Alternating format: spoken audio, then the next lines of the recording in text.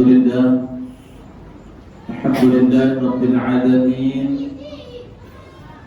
Nahmaduhu wa nasta'inuhu wa nastaghfiruh wa na'udzu billahi min shururi anfusina wa sayyiati a'malina.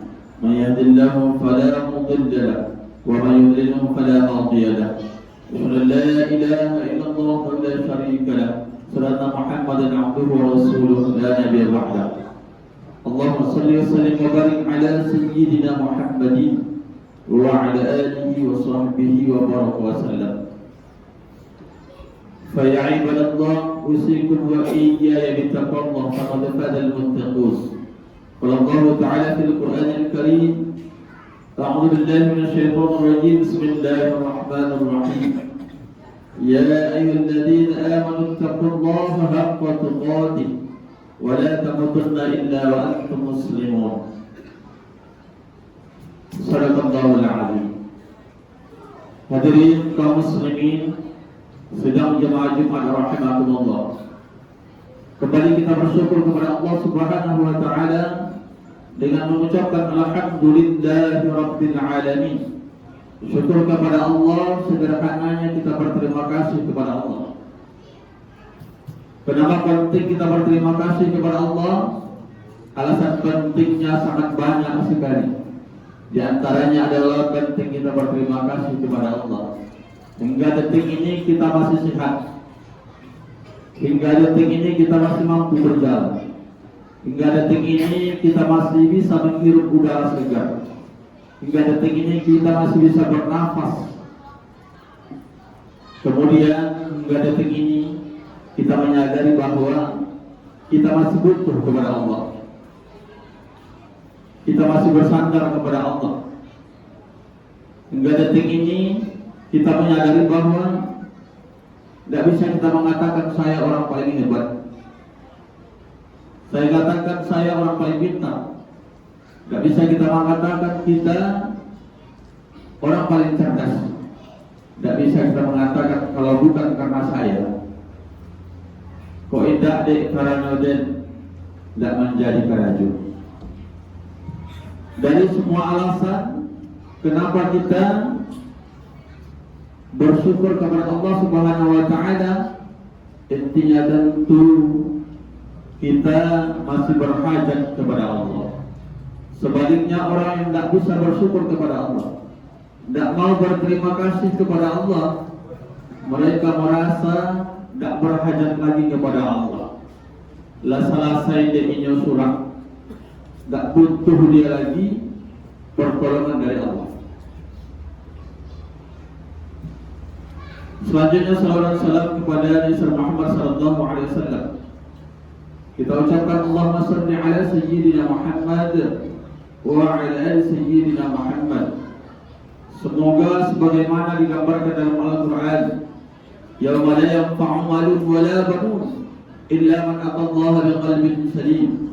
Pada hari itu tidak berguna lagi apapun yang kita miliki sekarang. Harta kita, anak keturunan kita, illa biqalbin salim, kecuali hati yang selamat yang akan kita bawa menghadap Allah Subhanahu wa taala. Tentunya walau kita sadari, kita akui kita orang Islam, kita beriman, tapi belum tentu semua kita bisa mendapatkan hati yang selamat ini, kecuali memang betul dari sekarang semasa hidup kita inilah kita upayakan mengisi hati yang selamat tersebut dengan berbagai macam ibadah kepada Allah Subhanahu wa taala, sehingga nantinya tentu yang kita harapkan syafaat dari baginda Rasul Muhammad sallallahu alaihi wasallam, yang syafaatnya ini tentu diperuntukkan kepada orang-orang yang mengikuti jejak beliau. Kita katakan kita orang Islam, kita katakan kita beriman, tapi belum tentu semua kita mendapatkan syafaat bagi Rasul Muhammad sallallahu alaihi wasallam. Kata Rasul, ketika nanti ada serombongan orang menghadap Rasulullah, ya Rasulullah, kami ini adalah umatmu, berikanlah kepada kami hari ini bantuan, berikanlah kepada kami hari ini syafaat. Kata Rasulullah sallallahu alaihi wasallam, apa alasan saya untuk memberikan bantuan kepada Apa alasan saya untuk berikan syafaat kepadamu? Saya coba cari Anda di barisan orang-orang bertahajud malam, tidak pernah saya lihat. Saya coba cari Anda di barisan orang-orang berduha pagi, jarang saya lihat. Saya coba cari Anda di barisan orang-orang yang bersedekah, jarang nampak. Saya coba cari Anda di barisan orang-orang bersolawat kepada aku, kata Rasul, jarang saya dengar. Saya coba cari Anda di barisan orang-orang berjamaah ke musola, ke masjid, jarang saya nampak. Jadi apa alasan saya untuk hari ini memberikan syafaat, bantuan kepada kami?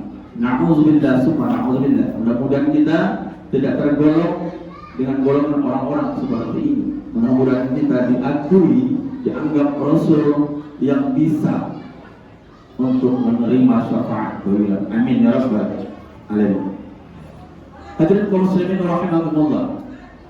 Pertama sekali tentu yang penting dan perlu kita ingat, kita resapi bahwa kita harus mengatakan Allahu Akbar, membesarkan Allah dalam diri kita. Ini terutama sekali yang penting dari gambaran bahwa kita membesarkan Allah dalam diri kita. Dan segala apapun aktivitas kita, pasti kita ingat dulu Allah baru kita lakukan aktivitas tersebut. Kemudian apa? Aktivitas itu mungkin jika kita akui aktivitas itu tidak diridhoi, tidak disetujui oleh Allah Subhanahu wa taala, pasti karena kita membesarkan Allah dalam hati kita, tidak mungkin kita kerjakan aktivitas itu. Tidak mungkin kita lakukan sesuatu hal, apapun perbuatan kita yang melanggar peraturan dari Allah Subhanahu wa taala. Ketika kita besarkan Allah dalam hati kita, tentu tidak mungkin lupa kita. Berdoa dulu baru kita berusaha.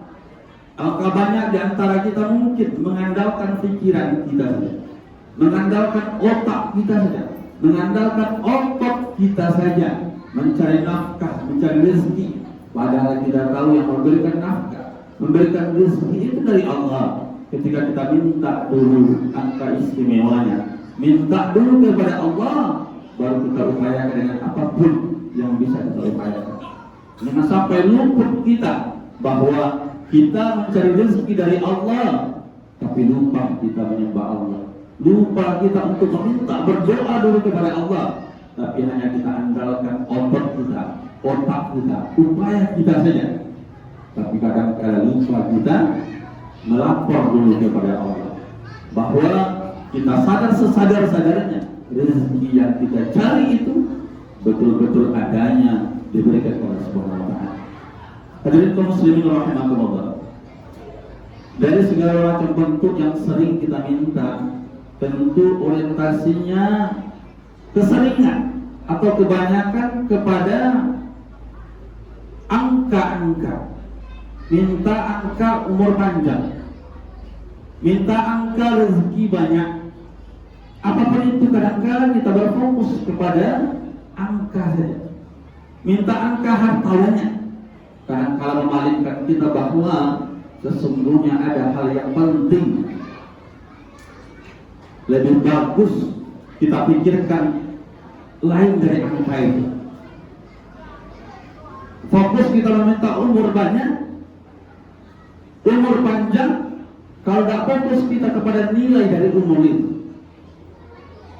tidak fokus kita kepada kualitas dari umur itu, banyak kita saksikan orang yang berumur panjang malah kembali kepada jiwa anak-anak. Artinya apa? Tidak kita perhatikan nilai atau kualitas dari umur itu, kita hanya berdoa minta umur panjang saja. Tidak kita perhatikan kualitasnya, tapi kuantitasnya saja terus kita minta. Padahal yang terpenting kualitasnya. Bahasa agamanya adalah berkah dari umur itu yang terpenting. Tidak dilihat seberapa lama kita hidup, tapi kalau tidak berkah umur kita itu, tidak ada nilai umur itu di sisi Allah Subhanahu wa taala. Walaupun sedikit, yang penting berkah, ada nilai dari umur yang kita pakai selama ini. Jadi alangkah baiknya kita pikirkan, jangan kita hanya meminta panjang umur saya tapi tidak berkah. Biarlah sedikit umur yang kita pakai, tapi penuh keberkahan. Ada bukti nyata nilai manfaat dari umur yang kita pakai hingga detik ini. Atau mungkin kita sadari hingga detik ini umur yang kita pakai selama ini tidak ada manfaat. Mungkin manfaat terutama untuk diri kita atau di lingkungan kita. Mulai hari ini tentu kita pikirkan itu yang terpenting dari angka. Lain dari angka itu kualitas. Apa yang bisa kita perbuat untuk keluarga kita, untuk tetangga kita, untuk masjid di sekitar kita, untuk apapun fasilitas di sekitar kita. Yang itu jangan sampai kita pikirkan bagaimana saya untuk makan saja, untuk hidup saja, tapi kita pikirkan juga umur kita ini bisa dimanfaatkan untuk kepentingan, keperluan orang lain. Demikian juga rezeki yang kita minta. Di luar dari angka-angka yang kita minta, bahwasanya kita minta jadi kaya, kita minta harta yang berlimpah. Yang terpenting dari itu, dari angka yang kita minta itu berkah. Dari rezeki yang diberikan Allah Subhanahu wa taala kepada kita walaupun tidak banyak, tapi nilai berkahnya ada dari rezeki itu. Kita coba membagi. Walaupun satu kotak keramik saja untuk masjid, walaupun satu sak semen saja untuk masjid, walaupun 50.000 saja untuk anak yatim, walaupun sedikit 2.000, 5.000 rupiah satu kali Jumat untuk kotak infak masjid kita. Ini adalah bukti nyata perilaku kita untuk menghargai rezeki yang diberikan Allah Subhanahu wa taala kepada kita. Lain dari umur, lain dari rezeki, kita tentu minta juga bahwa kita punya keluarga yang barokah. Kita punya keluarga yang berkualitas. Kita selaku orang tua, yang terpenting kita ingat, kita upayakan ada minimal 3 yang harus kita ingat. Yang pertama, kita selaku kepala keluarga, orang tua di keluarga kita. Pertama, kita pentingkan, kita perlukan, kita pedulikan pendidikan untuk generasi kita. Pertama sekali pendidikan. Kenapa pendidikan? Pendidikan yang dimaksud adalah tentu lebih spesifik, lebih khusus terkait tentang pendidikan bekal agama untuk anak keturunan kita. Mau jadi apapun dia nanti setelah besar, setelah dewasa, terserah. Yang terpenting pendidikan dasar agama harus kita tanamkan kepada generasi kita. Untuk saat ini, kaum muslimin rahimakumullah, yang ideal pendidikan untuk anak generasi kita tiada lain, tiada bukan harus pesantren. Di tengah-tengah gempuran banyaknya mempengaruhi generasi kita, idealnya sekarang pendidikan untuk generasi kita tiada lain, tiada bukan pesantren. Tapi tidak dipaksakan, tapi tidak harus, tidak wajib. Boleh anak kita di SMP, boleh di SMA, boleh di sekolah umum. Yang terpenting kita harus pegang pendidikan dasar agama, harus ada untuk anak kita. Mungkin tidak pesantren, tidak mahal. Hari ini mungkin mindset kita mengatakan untuk mengaji ke masjid itu cukup batas SD saja. Tamat SD masuk SMP tidak perlu lagi ngaji ke masjid. Itu banyak dalam pikiran orang tua seperti itu. Padahal adakah jaminan di SMP anak kita, di SMA anak kita bisa ngaji? Bisa ada jaminan nanti pas kita mati bisa anak itu mensolatkan kita minimal? Tidak ada jaminan. Hari ini mindset kita berpikir yang ke masjid itu untuk belajar agama cukup SD saja. Karena SD itu dituntut menjadi syarat untuk masuk SMP. Tapi padahal banyak anak kita SMP, SMA, bahkan perguruan tinggi yang berbasiskan Minangkabau adat Basandi syarat Basandi. Kita Allah hari ini perguruan tinggi masih ada anak keturunan kita tidak bisa membaca Al-Quran. Mohon maaf, adik-adik mungkin dari UIN ada didapati di UIN sendiri, sudah kuliah di UIN, di IAIN, tidak bisa baca Al-Quran. Ini yang boleh sendiri. Hari ini pendidikan agama yang harus kita fokuskan kepada anak keturunan kita, bahwa di SMA, di SMP dalam 1 minggu 6 hari mereka sekolah. Coba kita tanyakan berapa jam pendidikan agama yang diberikan guru kepada anak kita. Mungkin paling banyak 2 jam satu minggu. Sedangkan fokus saja di pesantren belum tentu anak kita mendapatkan pendidikan agama, apalagi cuma 2 jam saja dalam satu minggu. Hari ini jangan kita salahkan guru, karena kalau guru saking banyaknya aktivitas mereka, banyak laporan, banyak administrasi yang harus mereka kerjakan. Jangan kita salahkan guru karena tidak maksimal mereka untuk mendidik agama untuk anak kita. Tidak maksimal mereka masuk kelas karena banyaknya beban dari pemerintah untuk mengurus administrasi dan sebagainya kepada guru. Maka apa? Guru hari ini mementingkan akreditasi sekolahnya. Akreditasi unggul, sangat baik atau baik, namun belum tentu fokus mereka apa isi kepala anak kita, apa isi dada anak kita. Yang terpenting sekolah mereka terakreditasi unggul, baik sekali. Mau jadi apapun anak kita, mau ada pun isi kepalanya, isi kepala atau dadanya, tidak penting buat mereka. Kenapa? Jangan salahkan guru. Hari ini banyak beban tugas diberikan negara kepada mereka, kadang-kadang mereka luput untuk fokus mendidik anak kita di sekolah. Oleh karena itu apa? Jangan kita andalkan ke sekolah saja untuk pendidikan anak kita, tapi perhatikan Pak. Di sela-sela kesibukan kita tanya apa yang dia dapatkan. Kalau ada yang dia tidak dia dapatkan yang seharusnya dia dapatkan, yang basic dari agama, kita tambahlah di luar. Fokus menambah pendidikan agama untuk anak kita. Mau jadi apapun dia nanti terserah, yang penting fondasi agama sudah ada pada anak kita. Kemudian yang kedua adalah pergaulan untuk anak kita. Pergaulan. Kalau seandainya ada orang tua yang membelikan handphone yang mahal untuk anaknya, tapi dia sempatkan 1 kali 1 minggu melihat HP anaknya, apa isi HP itu? Apa isi handphone anaknya itu? Apa saja isi WA anaknya itu? Tidak bakal terjadi. Ada seorang anak yang masih di bangku kuliah, mampu dia membunuh seorang tukang pangkas di Buboya.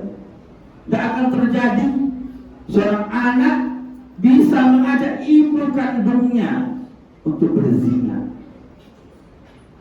Tidak bakal terjadi seorang anak SMP mampu membawa golok atau parang di kota Padang lebih panjang dari tubuhnya, seluruh itu yang dibawa. Kalau apa? Kalau kita sempatkan melihat minimal 1 kali 1 minggu saja isi handphone anak kita itu, tidak mungkin itu semua saja. Tapi kadang-kadang mungkin karena itu kita tidak terlalu peduli, atau karena mungkin alasan kita terlalu sibuk, tidak pernah kita lihat apa isi handphone, tidak pernah kita tahu kemana pergaulannya, dengan siapa dia bergaul. Karena apa? Mungkin seorang pengembala kambing saja, kalau ada 1 ekor kambing yang tidak pulang pas maghrib, dicari sekeliling kampung. Tapi ketika anak gadisnya tidak pulang sampai jam 12 malam, tidak dia cari-cari. Sengaja atau tidak, dia rendahkan martabat anaknya itu di bawah martabat kambingnya yang dia cari.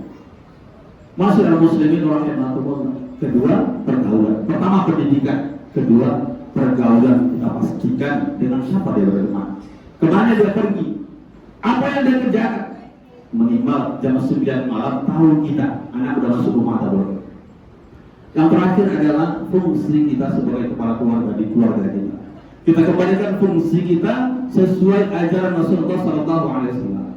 Jangan sampai kita anggap anak itu mau sholat ke masjid ketika kita tidak jadi panutan sholat ke masjid. Jangan sampai kita anggap anak itu mampu dan bisa baca Al-Quran ketika kita tidak pastikan kita setiap hari baca Al-Quran. Minimal 1 kali sehari, 24 jam kita pastikan sebagai kepala keluarga buka itu Al-Quran. Yang Al-Quran itu sebagai tuntunan hidup bagi kita. Tidak akan mungkin Al-Quran itu jadi tuntunan hidup bagi kita, tuntunan untuk keluarga kita, tapi 1 kali 24 jam tidak kita buka itu Al-Quran.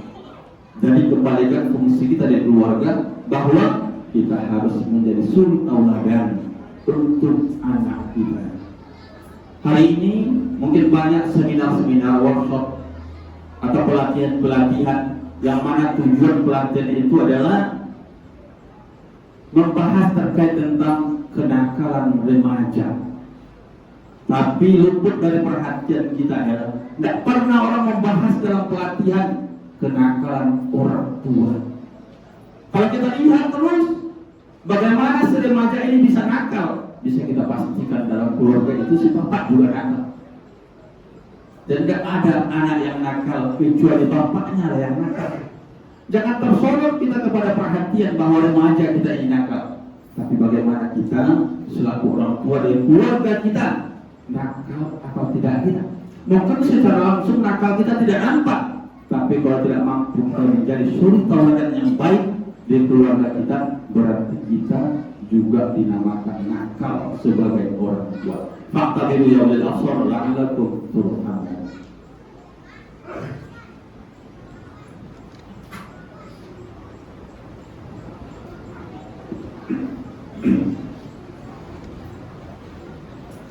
Alhamdulillah rabbil alamin. Subhanaka la ilma lana illa ma 'allamtana innaka antal alimul hakim. Hasbunallahu wa ni'mal wakeel, ni'mal mawla wa ni'man nasir, wa la hawla wa la quwwata illa billahil aliyyil azim. Asyhadu an la ilaha illallah wa la syarika lahu, wa anna Muhammadan 'abduhu wa rasuluhu la nabiyya ba'da. Allahumma shalli wa sallim wa barik ala sayyidina Muhammadin wa ala alihi wa sahbihi wa baraka wa sallam. فيا عباد الله أوصيكم وإياي بتقوى الله فقد فاز المتقون. قال الله تعالى في القرآن الكريم: أعوذ بالله من الشيطان الرجيم، بسم الله الرحمن الرحيم. يا أيها الذين آمنوا اتقوا الله حق تقاته ولا تموتن إلا وأنتم مسلمون. ثم قال تعالى في آية أخرى: بسم الله الرحمن الرحيم. إن الله وملائكته يصلون على النبي يا أيها الذين آمنوا صلوا عليه وسلموا تسليما. اللهم صل على محمد وعلى ال محمد كما صليت على ابراهيم وعلى ال ابراهيم وبارك على محمد وعلى ال محمد كما باركت على ابراهيم وعلى ال ابراهيم في العالمين انك حميد مجيد. اللهم اغفر للمسلمين والمسلمات والمؤمنين والمؤمنات الاحياء منهم والاموات انك سميع قريب مجيب الدعوات ويا قاضي الحاجات يا مجيب السائلين. ربنا ظلمنا أنفسنا وإن لم تغفر لنا وترحمنا لنكونن من الخاسرين. ربنا آتنا في الدنيا حسنة وفي الآخرة حسنة وقنا عذاب النار. والحمد لله رب العالمين. أقيموا الصلاة.